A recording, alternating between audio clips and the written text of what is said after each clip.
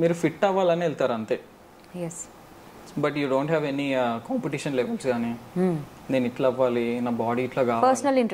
Personal interest, నేను health ఉండాలి, నాకు డైలీలో ఒక యాక్టివిటీ కావాలని వెళ్తారు. సో స్పోర్ట్స్కి వచ్చేసరికి it's a very different thing again. మళ్ళీ యూ హ్యావ్ 2 choices. 1, మీరు హెల్తీగా ఉండాలనుకుంటున్నారా, అయితే మీరు డైరెక్ట్ జిమ్కి వెళ్ళొచ్చు, లేదా హోమ్ వర్కౌట్స్ చేసుకోవచ్చు, బాడీ వెయిట్ ట్రైనింగ్ చేయొచ్చు. ఒక 2 dumbbells ఇంట్లో తెచ్చుకొని రెగ్యులర్గా మీరు స్క్వాట్స్, కెటిల్ బెల్తో ఏమని చేయొచ్చు. ఇన్ కేస్ మీరు స్పోర్ట్కి వెళ్ళాలనుకుంటున్నారు అనుకోండి, football, volleyball, kabaddi, track and field, ఇవన్నీ కావాలంటే first you have to be healthy. Okay. ఇక్కడ మనం చాలా కన్ఫ్యూజ్ అయిపోతాం.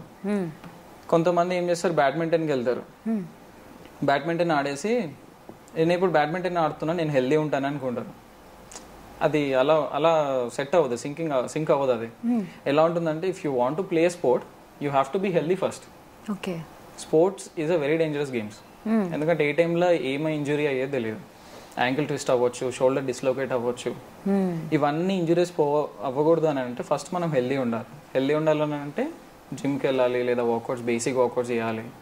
దీనివల్ల మజిల్ డెవలప్ అవుతుంది, బోన్ టు బోన్ టెండోన్స్ డెవలప్ అవుతాయి, డెన్సిటీ, బోన్ డెన్సిటీ ఇంక్రీజ్ అవుతుంది.